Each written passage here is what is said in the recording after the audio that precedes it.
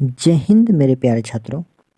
जितने भी student Bihar board के 2025 में मैट्रिक एग्ज़ाम देने वाले हैं, उनसे एक रिक्वेस्ट है कि प्लीज़ इस वीडियो को ज़रूर देख लीजिए।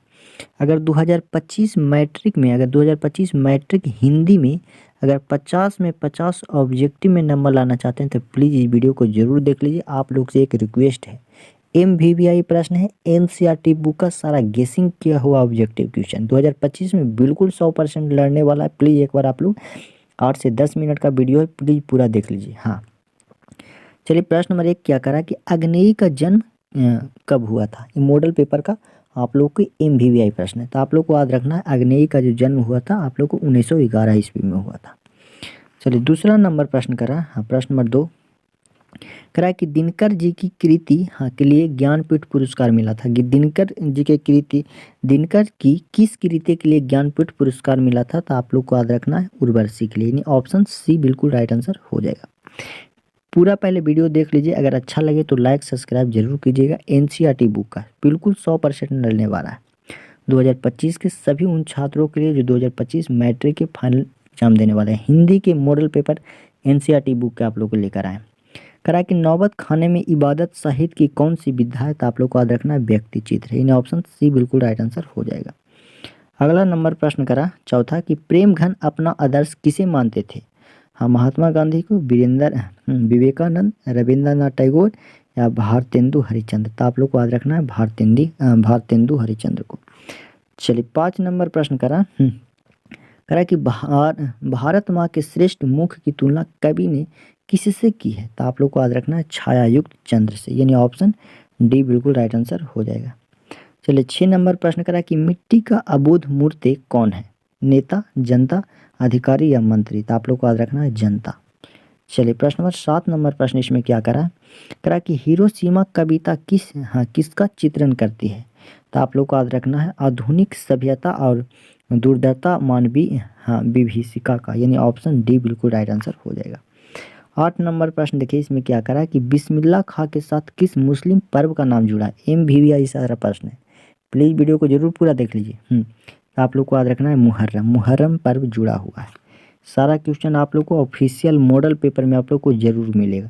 करा कि महात्मा गांधी के अनुसार उद्यत और बढ़िया शिक्षा क्या है, तो आप लोग को याद रखना है अहिंसा प्रतिरोध। ये सब्जेक्टिव ऑब्जेक्टिव दोनों में पूछा जाता है। चलिए प्रश्न नंबर 10 नंबर प्रश्न इसमें क्या करा, 10 नंबर प्रश्न करा कि वाणी का विष के समान हो जाता है, राम नाम के बिना, तीर्थ यात्रा के बिना, ज्ञान के बिना, इनमें से कोई नहीं, तो आप लोग को याद रखना है राम नाम के बिना। हाँ, राम नाम के बिना वाणी है जो विष के समान हो जाता है। 11 नंबर प्रश्न करा कि रसखान के रचना काल के समय किसका राजकाल था, तो आप लोग को याद रखना है जहांगीर की। किसका? जहांगीर बिल्कुल राइट आंसर हो जाएगा। अगला प्रश्न 12 नंबर का रहा है कि कवि ने प्रजन किसे कहा है। कवि ने प्रजन किसे कहा है, तो आप लोग को याद रखना है बादल को, यानी ऑप्शन सी बिल्कुल राइट आंसर हो जाएगा। 13 नंबर प्रश्न इसमें देखिए क्या करा कि साहित्य की परंपरा का पूर्ण ज्ञान किस व्यवस्था में संभव है। हाँ, समाजवादी व्यवस्था में, पूंजीवादी व्यवस्था, समाजवादी या साम्यवादी या उपयुक्त सभी, तो आप लोग को याद रखना है समाजवादी व्यवस्था में। हाँ, चलिए 14 नंबर प्रश्न क्या करा कि पंडित बिरजू महाराज का जन्म कब हुआ था, तो पंडित बिरजू महाराज का जन्म 4 जनवरी 1938 ईस्वी को हुआ था। चलिए प्रश्न नंबर 15 नंबर प्रश्न करा कि ला मादा मोजेन द एवेन्यू किसकी कृति है, तो आप लोग को याद रखना है पिकासो की। किनका है? पिकासो बिल्कुल राइट आंसर हो जाएगा। चलिए पूरा वीडियो जरूर देख के जाइएगा। आप लोग ऐसे ही वीडियो देख के बर्बाद कर देते हैं टाइम यूट्यूब पर गेम आल खेल के, प्लीज़ वीडियो को पूरा जरूर देख लीजिएगा। हाँ, 16 नंबर प्रश्न करा कि ला शतरुंज का धार्मिक उपयोग कब से कब तक होता रहता है। हाँ, होता रहा है, तो आप लोग को याद रखना है ये 14वीं सदी से फ्रेंच क्रांति तक। हाँ, चलिए प्रश्न नंबर चलिए 17 नंबर प्रश्न करा कि मछली, हाँ इसमें गलती से लिखा गया पछली, इसमें मछली लिखा हुआ है। मछली कहानी में किस वर्ण का चित्रण है, तो आप लोग को याद रखना है ये जो है निम्न मध्यवर्गीय परिवार में। आप लोग को याद रखना है ऑप्शन सी बिल्कुल राइट आंसर हो जाएगा। चलिए 18 नंबर प्रश्न करा कि बहादुर लेखक के घर से अचानक क्यों चला गया था, तो आप लोग को याद रखना है इसमें ऑप्शन सी हो जाएगा। स्वयं के प्रति तथा लेखक तथा उसके घर वालों के व्यवहार में आए परिवर्तन के कारण, यानी ऑप्शन सी बिल्कुल राइट आंसर हो जाएगा। चलिए 19 नंबर प्रश्न करा कि सहजात वृत्ति किसे कहते हैं? अस्त्रों के संचयन को, अनजान स्मृतियों को, स्वयं के बंधन को, उपयुक्त सभी। तो आप लोग को याद रखना अनजान स्मृतियों की। 20 नंबर इसमें प्रश्न क्या करा कि नागरी लिपि के आरंभिक लेख हमें कहाँ से मिलते हैं? तो आप लोग को याद रखना है दक्षिण भारत से मिलते हैं। ऑप्शन हाँ सी बिल्कुल राइट आंसर हो जाएगा। पूरा वीडियो जरूर देख लीजिए। अगर वीडियो अच्छा लगे तब आप लोग लाइक सब्सक्राइब कीजिएगा। कहा कि हाँ बेदमा दान पत्र किस समय का है? 1020 ईस्वी का है कि 1021 ईस्वी का है कि 1022 ईस्वी का है कि 1023 की? तो आप लोग को याद रखना 1020 ईस्वी का है। प्रश्न नंबर 22 कह रहा है कि पंडित बिरजू महाराज लखनऊ घराने के किस पीढ़ी के कलाकार हैं? तो आप लोग को याद रखना 7वीं पीढ़ी का। ऑप्शन बी बिल्कुल राइट आंसर हो जाएगा। चलिए 23 नंबर प्रश्न करा कि सीता के बेटे ने सीता को कितने रुपये माहवारी खर्च देने का निर्णय लिया था? आप लोग 23 कमेंट करके जरूर बताइएगा, प्लीज़ आपसे रिक्वेस्ट है। चलिए 24 नंबर प्रश्न करा कि उत्तर भारत से नागरी लिपि के लेख कब से मिलने लगे? तो आप लोग को याद रखना 8वीं सदी से। आप लोग को याद रखना 8वीं सदी से। चलिए अगला प्रश्न है कहा कि बहादुर को कितने रुपए की चोरी का इल्ज़ाम लगा था? बहादुर को कितने रुपए का चोरी का इल्ज़ाम लगा था? तो आप लोग को याद रखना 11 रुपये की। ऑप्शन बी बिल्कुल राइट आंसर हो जाएगा। 26 नंबर प्रश्न क्या करा कि बुढ़ापा में कौन सा प्रत्यय है? बुढ़ापा में कौन सा प्रत्यय है? तो आप लोग को याद रखना पा। इसमें व्याकरण भी आप लोग को लेकर आए हैं। चलिए प्रश्न हाँ 27 करा कि निम्नलिखित शब्दों में कौन सा शब्द शुद्ध है? कौन सा शब्द शुद्ध है? तो आप लोग को याद रखना उच्छ्वास, यानी ऑप्शन जो बी है वही शुद्ध है। 28 नंबर प्रश्न करा निम्नलिखित शब्दों में कौन सा शब्द शुद्ध है? तो इसमें जो हो जाएगा हाँ चरमो उत्कर्षिणी, ऑप्शन ए बिल्कुल राइट आंसर हो जाएगा। 29 नंबर प्रश्न करा है कि निम्नलिखित में कौन सा वाक्य शुद्ध है? तो आप लोग को याद रखना फूलों की एक माला ला दीजिए। 30 नंबर प्रश्न करा है कि अकल पर पत्थर पड़ना मुहावरे का सही अर्थ क्या? आप लोग को मुहावरा भी पूछता है तो आप लोग को याद रखना बुद्धि भ्रष्ट होना, यानी ऑप्शन डी बिल्कुल राइट आंसर हो जाएगा। चलिए 31 नंबर प्रश्न करा कि वर्ण के कितने भेद होते हैं? तो वर्ण के आप लोग जानते हैं कि वर्ण के 2 भेद होते हैं, स्वर्ण वर्ण और व्यंजन वर्ण।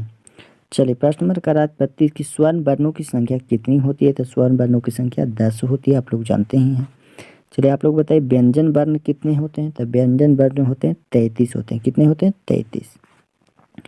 चलिए 34 नंबर प्रश्न देखिए, आप लोग को मोस्ट VVIS ऑब्जेक्टिव क्वेश्चन लेकर आए। आप लोग किसी भी मॉडल पेपर में जाकर मिला सकते हैं। करा कि एक बार विश्वास करके पूरा वीडियो जरूर देखिए। करा कि का उच्चारण स्थान क्या है? का तो आप लोग को याद रखिए कंठ। का उच्चारण स्थान कंठ हो जाएगा। चलिए प्रश्न नंबर 35 करा है कि तलपसा का उच्चारण स्थान क्या है? तो ये हो जाएगा तालु। तलपसा का उच्चारण स्थान तालु हो जाएगा। चलिए प्रश्न नंबर 36 करा है हाँ कि छा और सा का उच्चारण स्थान क्या होगा? तो आप लोग को याद रखना ये भी तालु हो जाएगा। चलिए प्रश्न नंबर 37 नंबर प्रश्न करा कि माँ का उच्चारण स्थान क्या होगा? तो माँ का जो उच्चारण स्थान होगा वो आप लोग को नासिका होगा, यानी ऑप्शन सी बिल्कुल करेक्ट आंसर हो जाएगा। चलिए प्रश्न नंबर 38 करा कि ना का उच्चारण स्थान क्या होगा? तो ना का उच्चारण स्थान जो हो जाएगा नासिका हो जाएगा, यानी ऑप्शन बी बिल्कुल राइट आंसर हो जाएगा। चलिए 29 नंबर प्रश्न करा कि ऊ का उच्चारण स्थान क्या होगा? तो आप लोग को याद रखना ऊ हाँ ऊ का उच्चारण स्थान ओष्ठ हो जाएगा। 40 नंबर प्रश्न करा कि हिंदी में वर्णों की कुल संख्या कितनी होती है? तो आप लोग को याद रखना 44 होता है, यानी ऑप्शन बी बिल्कुल राइट आंसर हो जाएगा। 41 नंबर प्रश्न करा कि आ का उच्चारण स्थान क्या होता है? आ का उच्चारण स्थान जो होता है आप लोग को याद रखना कंठ होता है। चलिए प्रश्न नंबर 42 करा कि ला का उच्चारण स्थान क्या होगा? तो आप लोग को याद रखना है ला का दंत होगा। चलिए प्रश्न नंबर 43 क्या करा आप लोग देखिए, करा कि ए हर्षय और दीर्घाय का उच्चारण स्थान क्या होगा? तो आप लोग को याद रखना कंठ और तालु होगा। 44 नंबर प्रश्न करा कि अड़ा का उच्चारण स्थान क्या होगा? तो अड़ा का जो होगा नासिका होगा। चलिए अगला प्रश्न देखिए, प्रश्न नंबर 45 क्या करा कि रा का उच्चारण स्थान क्या होगा? तो आप लोग को याद रखना मूर्धा। चलिए 46 नंबर प्रश्न करा कि मूर्धनी सा का उच्चारण स्थान क्या होगा? तो आप लोग को याद रखना ये भी मूर्धा। अगला प्रश्न 47 नंबर प्रश्न करा कि ई हर्षई और दीर्घाई का उच्चारण स्थान क्या होगा? तो आप लोग को याद रखना तालु। चलिए पा का उच्चारण स्थान क्या होगा? तो आप लोग जानते ही होंगे पा का जो स्थान दंत और ओष्ठ होगा। चलिए प्रश्न नंबर 49 नंबर का रहा कि सूरदास शब्द कौन सी संज्ञा है? सूरदास तो आप लोग को याद रखना व्यक्तिवाचक संज्ञा, इसमें व्यक्ति का बोध हो रहा है। चलिए प्रश्न नंबर 50 का रहा करा कि स्थित कौन सी संज्ञा है, तो आप लोग को याद रखना भाव स्थिर। चलिए प्रश्न नंबर 51 इसमें क्या करा कि निराला की साहित्य साधना के रचनाकार कौन है, तो आप लोग को याद रखना है रामविलास